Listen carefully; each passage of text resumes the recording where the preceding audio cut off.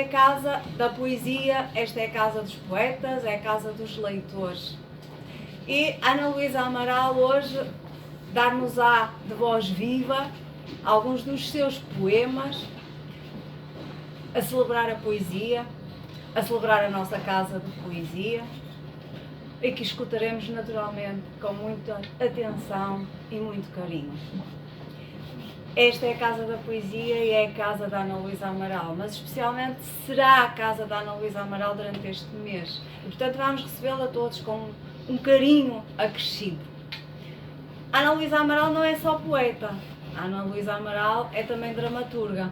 E esta é também a casa da Ana Luísa Amaral, dramaturga, porque afinal a Livraria Lelo é um palco da cidade, é um palco dos autores. E no dia 14 será especialmente o palco da Ana Luísa Amaral, cá os esperamos. Mas esta casa é também a casa da Ana Luísa Amaral dos contos, dos muitos contos que a Ana Luísa Amaral tem para os mais pequeninos. E dia 15 cá estaremos, e cá estará Ana Luísa Amaral para o deleite também dos mais novos. Esta é também a casa da Ana Luísa Amaral, tradutora. E porque a Ana Luísa Amaral é várias, esta casa é também a casa da Ana Luísa Amaral, professora. E a Ana Luísa Amaral, professora, que com tanto carinho ensina na sala de aula, também ensina aqui. E nós também cá estaremos, com os olhos, os ouvidos e o coração bem aberto, para aprendermos e aprendermos essa autora maior. Obrigada a todos por este regresso à Livraria Lelo. Convido-os com carinho e com um sorriso receberem a autora do mês nesta nossa Livraria de Autor, nesta vossa Livraria de Leitores. Sejam bem-vindos e obrigada. Muito obrigada, Ana Luísa Amaral. Queria também agradecer Rita Amaral, a sua filha.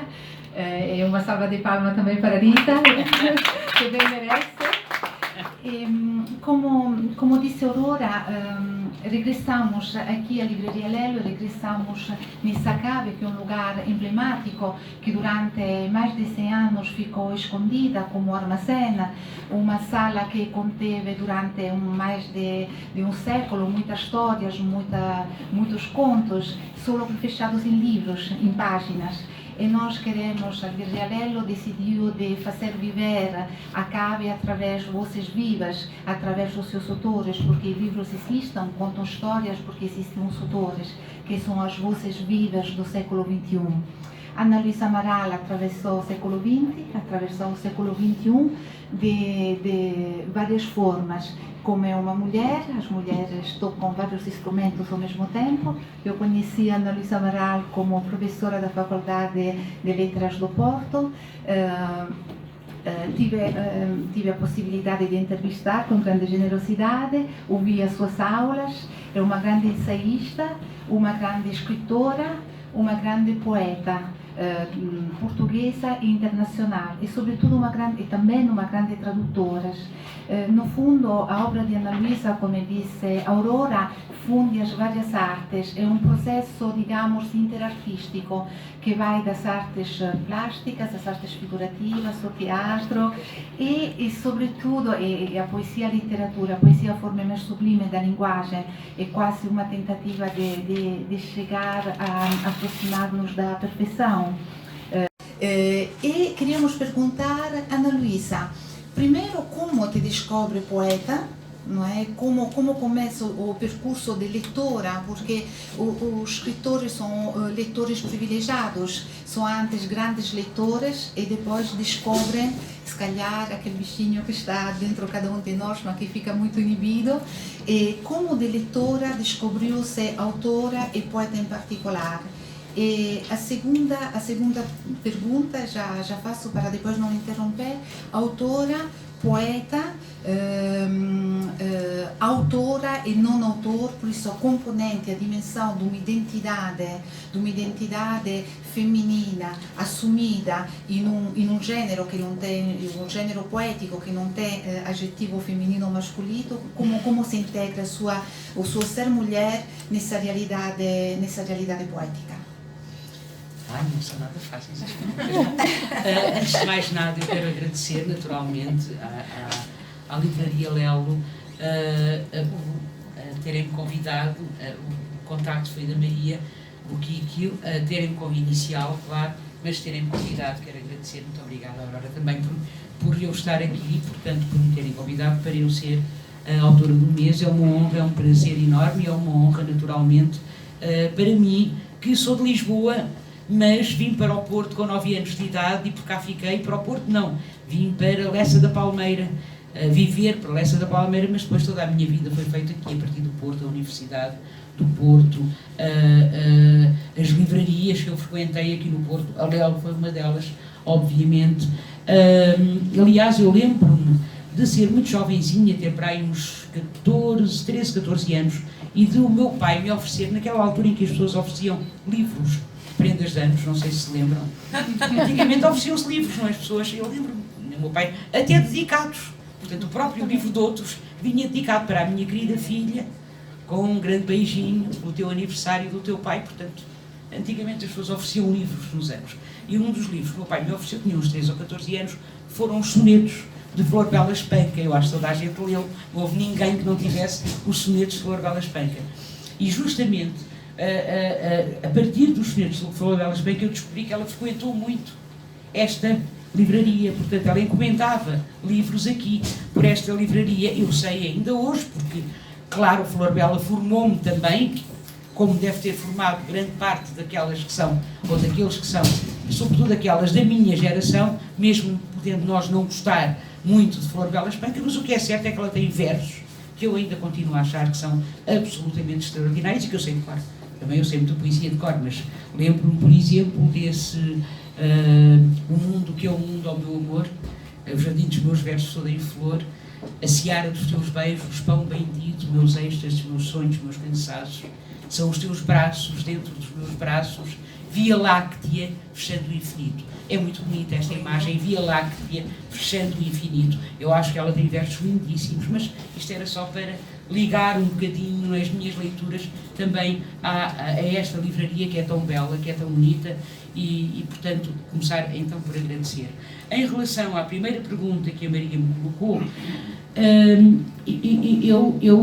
eu acho que comecei também, no outro dia tive a oportunidade de dizer isso, aqui há coisa de uma semana, o José estava presente, na Bertrand. Eu acho que não comecei como leitora, quer dizer, eu era muito pequena, eu escrevi para aqui, para a livraria lá, alguma coisa a dizer sobre sempre que ela estava comigo, sobre que ela esteve sempre comigo, e de alguma forma sim, quer dizer, eu acho que a poesia esteve sempre comigo, desde o princípio. Eu ainda antes de saber ler, a minha mãe tem lá um papelinho escrito de uns versos que eu editei.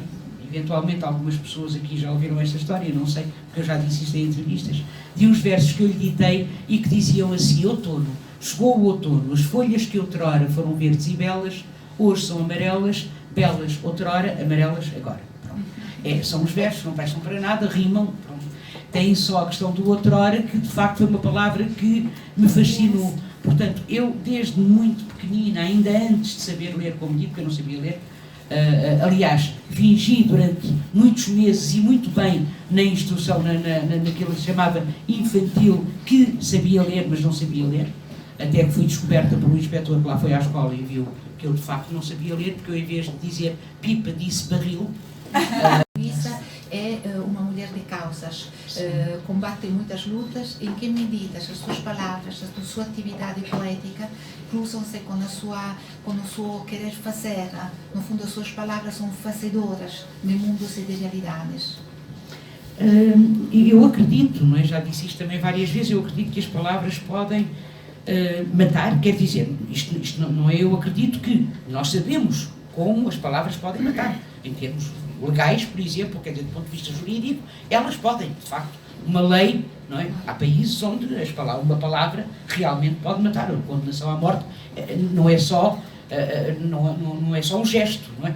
Mesmo no tempo dos romanos, não é? Quer dizer, o gesto que tem um significado, obviamente, mas as palavras podem matar. Uma palavra pode matar uma pessoa por dentro. Acredito profundamente nisto. Acredito que certas palavras ditas a crianças, a um ser em formação, a um ser humano em formação, sobretudo, pode destruir esse ser humano, não é? Eu não gosto muito de rótulos, e como não gosto muito de rótulos, também não gosto muito que digam que, sei lá, acho que os meus poemas são tão diferentes, não é? Eu tenho poemas tão diferentes, tenho um poema como o Sucesso Mais Perfeito, mas tenho um poema como a Carta, que vou ler daqui a bocadinho, e eu pergunto, é feminista? Pois, eu não sei. Para mim, o feminismo pode ser reduzido a uma expressão. Direitos humanos. Pronto. Quer dizer, é isto. No fundo, para mim, o feminismo é isto, não é? Quer dizer, claro que eu dou aulas e dou cursos inteiros sobre estudos feministas e dos estudos feministas à teoria queer, quer dizer, não é só isto, naturalmente, mas é realmente a reivindicação de um espaço simbólico, não é? Literal e simbólico, aquilo que Virginia Woolf chamava um quarto, que não é que seja seu, a room of one's own, de um espaço literal e simbólico que possa ser habitado por todos. É, no fundo, aquilo a que Adrienne Rich, a grande poeta americana, Adrienne Rich, adora Adrienne Rich, chamava o sonho de uma língua comum. Quer dizer, podermos, de facto, partilhar uma língua comum. Mas o que é certo é que a própria língua, tal como ela está organizada, até gramaticalmente, ela discrimina. Não as palavras. A gramática discrimina. As estruturas de poder discriminam.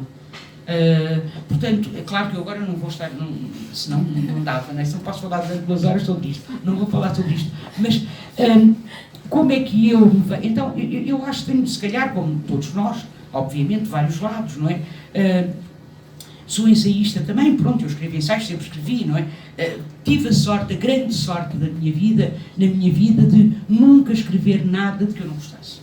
Nunca tive que fazer assim, agora vou ter que escrever um ensaio sobre não sei o quê, por causa do currículo. Eu nunca trabalhei para o currículo, nunca. Portanto, isto para mim é uma coisa maravilhosa. Nunca pensei, agora tenho que escrever 2 ensaios porque é preciso, porque não sei o quê. Não, eu escrevi só sobre aquilo que me apetecia e aquilo de que gostava e aquilo que eu achava. E depois tenho a parte mais interventiva cidadã.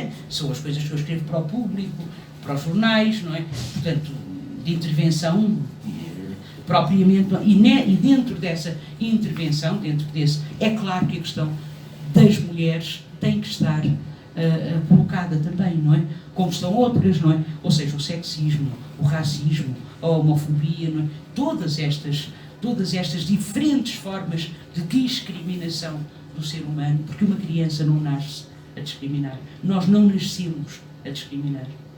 Nós podemos achar um bebê, por exemplo, aquilo que nós chamamos de bebê branco ou bebê negro. Mesmo o branco é uma coisa estúpida, porque nós temos aqui várias pessoas brancas e temos todos um tom de pele um bocadinho diferente uns dos outros. Mas pode, quando muito, achar diferente, porque não é igual a si.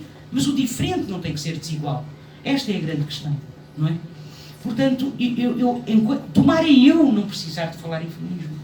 Mas eu acho que ainda é necessário, e cada vez mais, nos tempos que correm, cada vez mais, infelizmente, falar nestas questões. Quando nós vemos o que está a acontecer no Brasil, quando nós vemos o que está a acontecer nos Estados Unidos e aqui na Europa.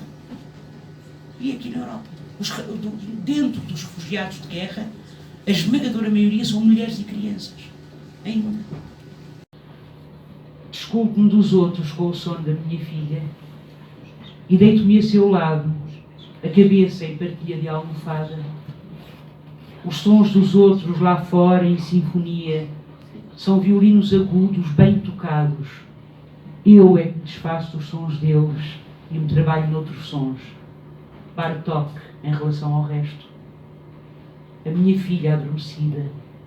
Subitamente sonho-a não em desencontro com o eu das coisas e dos sons, orgulhoso e dorido Bartók, mas nunca como eles, bem tocada por violinos certos. Este é de um livro que eu tenho que se chama Escuro. Eu gosto especialmente deste poema porque, eu não sei, não estou assim muito bem, não sei onde é que é de sentar, talvez aqui. Não, acho que vou sentar aqui. Pronto, agora vou-me sentar um bocadinho. O poema chama-se A Carta e acho que é... Eu acho que o poema sou eu, quero dizer, esta que fala aqui sou eu, mas é também, obviamente, Mariana Alcoforado, não é? Ou tenta, num primeiro momento, ser Mariana Alcoforado, aquela freira, aquela freira do século XVII, não é? Mas não sei, as pessoas, eu vou ler o poema.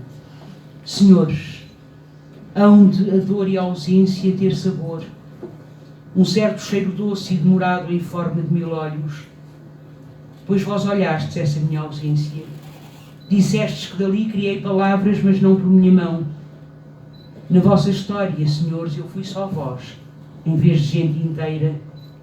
Inteira, nunca o fui, dobrado ao meio pelo escuro das vestes, pelas juras forçadas que cumpri, pelo dever que me ditou meu pai. Porém, fui eu que as fiz, às letras dessas cartas, eu que as fui construindo devagar na escuridão da cela. O resto foi roubado por vós, e noutra língua, e em mitos que vos eram necessários. Não fui só vós, fui eu, dona de mim, porque as letras me foram, e o amor, e o ódio vagaroso.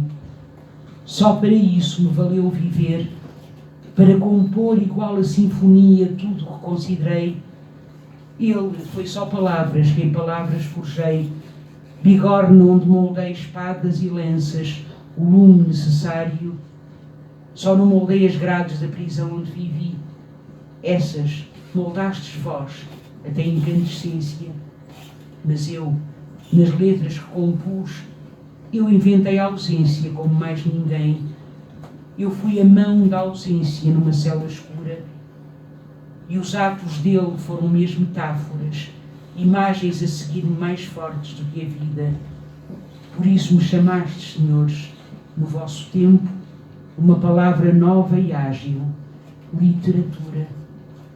E assim eu fui-vos voz e doce mito, e nada mais vos fui. Quero dizer-vos hoje, neste tempo tão escuro, mas de um escuro diverso do que tive, adeus. Deixai-me o escuro, o meu, porque ao lado da minha, a vossa ausência, essa que em mim plantastes, nada é. Tomareis vós saber o que é ausência. Ausência, eu, demorada nestas linhas, dizer com quanto escuro a noite se desfaz e se constrói. Espessura é feito, se atendido, que guerras o amparam paralelas, linhagens, chãos servis, raças domadas por algumas sílabas, alicerces da história nas leis que se forjaram a fogo e labareda. Extirpado o nome, ficará o amor, ficarás tu e eu, mesmo na morte, mesmo que em mito só. E mesmo no mito, escuta, a nossa história breve, que alguns lerão como matéria inerte, ficará para o sempre do humano, e outros o hão de sempre recolher, quando o seu século dele carecer. E meu amor, força maior de mim, seremos para eles como a rosa, não, como o seu perfume, ingovernado, livre. Entrei em Londres, num café manhoso. Não é só entre nós que há cafés manhosos, os ingleses também, e eles até tiveram mais coisas. Agora é só a Escócia e um pouco da Irlanda e aquelas ilhotasitas, mas adiante. Entrei em Londres, num café manhoso, pior ainda que o nosso bar de praia. Isto é só para quem não sabe, fazer uma pequena ideia do que eles por lá têm. Era mesmo muito manhoso. Não é que fosse mal intencionado, era manhoso na nossa gíria, muito cheio de tapumes e de cozinha suja. Muito rasca. Claro que os meus preconceitos todos de mulher me vieram ao de cima, porque o café só tinha homens a comer bacon e ovos e tomate. Se fosse em Portugal era sandes de queijo, mas pensei, estou em Londres, estou sozinha, quero lá saber dos homens. Os ingleses até nem se metem com os nossos e por aí fora. E lá entrei, no café manhoso de árvore de plástico ao canto. Foi só depois de entrar que vi uma mulher sentada a ler uma coisa qualquer e senti-me mais forte. Não sei porquê, mas senti-me mais forte. Era uma tribo de 23 homens e ela sozinha. E depois eu lá pedi o café, que não era nada mau, para café manhoso como aquele, e o homem que me serviu disse: "There you are, love." Apeteceu-me responder: "I'm not your bloody love", ou "Go to hell", ou qualquer coisa assim. Mas depois pensei, já lhes está tão entranhado nas culturas, e a intenção não era má, e também vou-me embora daqui a pouco, tenho avião, quero lá saber. E paguei o café, que não era nada mau, e fiquei um bocado a olhar assim à minha volta, a ver a tribo toda a comer ovos e presunto, e depois vi as horas, e pensei que o táxi estava a chegar e eu tinha que sair, e quando me ia levantar, a mulher sorriu como quem diz: "That's it." E olhou assim à sua volta para o presunto e os ovos, e os homens todos a comer, e eu senti-me mais forte. Não sei porquê, mas senti-me mais forte, e pensei que afinal, não interessa Londres ou nós, que em toda a parte as mesmas coisas são.